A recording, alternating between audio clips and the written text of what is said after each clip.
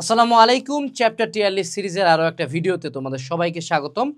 আজকের টিয়ার লিস্টের ভিডিওতে আমরা কেমিস্ট্রি নিয়ে কথা বলবো, অর্থাৎ কেমিস্ট্রি ফার্স্ট পার্ট এবং সেকেন্ড পার্টে আমাদের যে চ্যাপ্টারগুলো আছে সেগুলো আসলে কোনটা কোন টিয়ারে পড়ে। মূলত এখানে জানতে হয় যে টিয়ার লিস্টটা আসলে একটা চ্যাপ্টারের কন্টেন্ট, চ্যাপ্টারের আমাদের এইচএসসি লাইফের উপর ইম্প্যাক্ট, কী কী টাইপের কোশ্চেন আসে, কতটা বেশি, কতটা বড়, কতটা হার্ডনেস লেভেল, সব কিছুর উপর ভিত্তি করে আমরা চ্যাপ্টার টিয়ার লিস্টগুলো বানাই।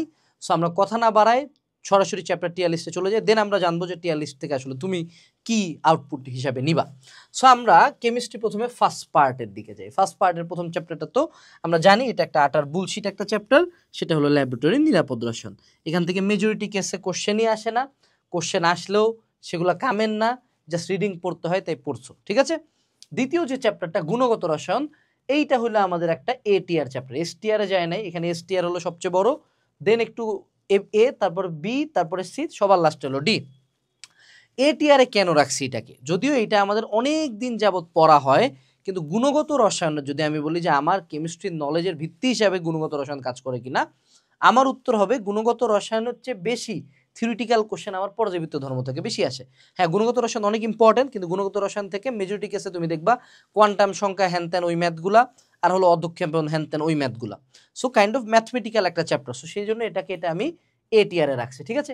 এরপরে চলে আসলো আমাদের প্রথম একদম মানে পিওর কেমিস্ট্রি লেভেলের জিনিসপাতি, সেটা হলো পর্যাবৃত্ত ধর্ম ও রাসায়নিক বন্ধন।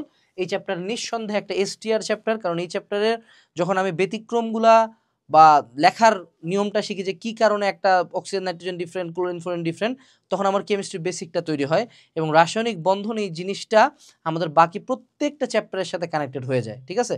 সো এইটা এসটিআর একটা চ্যাপ্টার।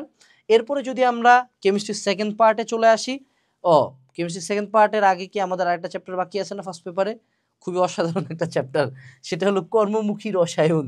এটিও একটি ডি টিয়ারের চ্যাপ্টার, এটির কোনো কার্যকারিতা নাই, কিছুই মেজরিটি কেসে আসে না, সো জাস্ট রিডিং দিতে হয়, তাই দিলাম।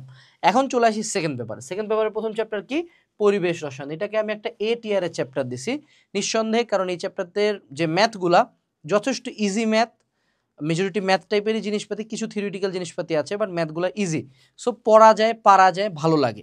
আর এরপরে চলে আসলো আমাদের কেমিস্ট্রি মানেই যার কথা প্রথম আসে, সেটা হলো জৈব রসায়ন। আমরা সেকেন্ড পার্টের জন্য একটু অন্য কালি ইউজ করি, বেটার হয় আমাদের জন্য।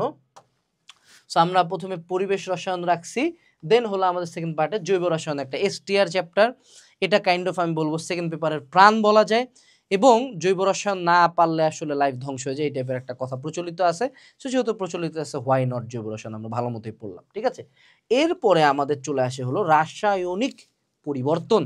এই চ্যাপ্টারটাকে আমরা বি টিয়ারে রাখছি। এখন তুমি বলতে পারো ভাই আপনার কি ম্যাথের সাথে সমস্যা আছে? তুলনায় হ্যাঁ, অবশ্যই অবশ্যই সমস্যা আছে, কারণ কেমিস্ট্রির মেজরিটি জায়গার কোশ্চেন এমসিকিউ বলো সিকিউ বলো, থিওরির আধিক্য থাকে, অ্যাডমিশনও থিওরির আধিক্য থাকে। সো ম্যাথমেটিক্যাল চ্যাপ্টার এটা নিঃসন্দেহে একটু ক্যালিবার কম থাকবে, কিন্তু এইটার মানে এই না যে রাসায়নিক পরিবর্তন আমি পড়বো না, পড়বো অবশ্যই, কিন্তু রাসায়নিক পরিবর্তনের কেপি কেসির কিন্তু অনেক কঠিন টাইপের ম্যাথ হয়, কঠিন ম্যাথ কিন্তু ভাবে আসে না, ঠিক আছে। আচ্ছা, এইবার আসি, আমাদের চলে আসলো তড়িৎ রসায়ন। তড়িৎ রসায়ন চ্যাপ্টারটা মেজরিটি অফ দ্য কেসে এটা আসলে টিচাররা অতদূর যাইতে যাইতে টায়ার্ড হয়ে যায়, এত বড় এক জৈব যৌগ সাইজ দেখে টিচাররা টায়ার্ড।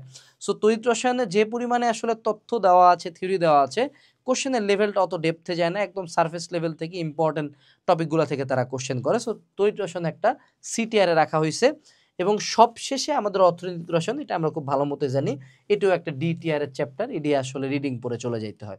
এখন কেমিস্ট্রি ফার্স্ট পার্ট সেকেন্ড পার্টের একটা জিনিস মনে রাখতে হবে, যে কেমিস্ট্রি ফার্স্ট পার্টে যদি আমাদের বাই দ্য ওয়ে আরেকটা কথা, সেখানে হলো যে তোমরা যারা ফার্স্ট পার্ট সেকেন্ড পার্ট বা সবগুলা সাবজেক্ট এইচএসসির একসাথে একটা কোর্সে পড়তে যাচ্ছ, তাদের জন্য আমাদের একাডেমিক অ্যাডমিশন কোর্স, কুপন হলো H30 EDGE30।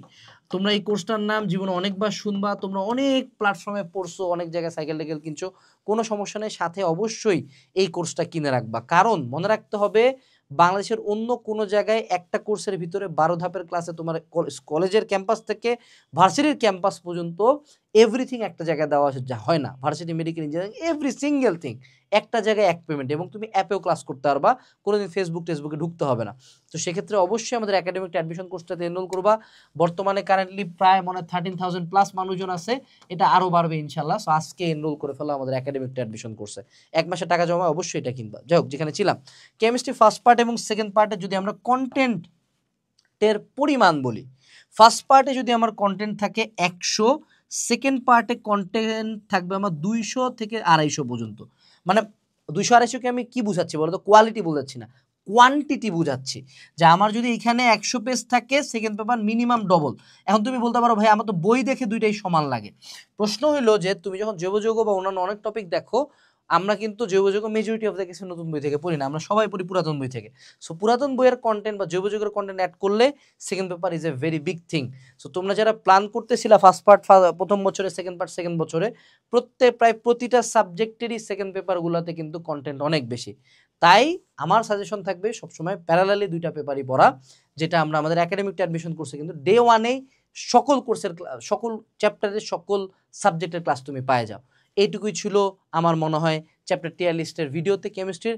আশা করি তোমাদের কাজে লাগবে। কিন্তু একটা কোশ্চেন তো তোমার মন থেকে আসা উচিত যে ভাই আপনি টিয়ার লিস্ট দিলেন, আমার লাভ কি? মনে রাখতে হবে টিয়ার লিস্ট অনুযায়ী আমাদের এফোর্টটা নির্ধারিত হয়, যে এই চ্যাপ্টারগুলো যখন তুমি পড়বা, এই চ্যাপ্টারগুলোতে কি পরিমাণ এফোর্ট দিবা। যেমন এগুলো এসটিআর, এগুলোতে 110% এফোর্ট দিতে হবে, অর্থাৎ কোনো প্রকার কোনো ঘাটতি রাখা যাবে না। যেগুলো এটিআর, এগুলোতে আমাদের 100% এফোর্ট থাকতে হবে। যেগুলো হয়তো বা আমাদের বিটিআর রাসায়নিক পরিবর্তন, সেগুলোতে হয়তো বা আমি 90% টপিক আমাকে আত্মস্থ করে যেতে হবে। যেগুলো হয়তো বা আমাদের সিটিআর, সেগুলো হয়তো বা 70% পড়লেও হয়। আর যেগুলো ডিটিআর, ওগুলো 50% এফোর্ট। অর্থাৎ এটা হলো এফোর্টের উপর। এখন আমি বলতেছি না যে একটা চ্যাপ্টার ডিটিআর আছে তুমি রিডিংয়ে পড়িও না, সবই তুমি পড়বা। বাট যখন তোমার রিভাইসের ব্যাপারটা আসবে, বা যখন অনেকগুলো চ্যাপ্টার একসাথে হবে, তোমাকে মনে রাখতে হবে যে এই অনুযায়ী কিন্তু কোশ্চেনগুলো বিন্যস্ত হবে, কোশ্চেনের লেভেল বিন্যস্ত হবে। সো ওই অনুযায়ী তোমাকে এফোর্টটাও প্রায়োরিটাইজ করতে হবে। সো এইটুকু ছিল আজকের ভিডিওতে। আশা করি পরবর্তী ভিডিওতে দেখা হবে। ভিডিওর ডেসক্রিপশন বক্সটা অবশ্যই চেক দিবা। আসসালামু আলাইকুম, টাটা।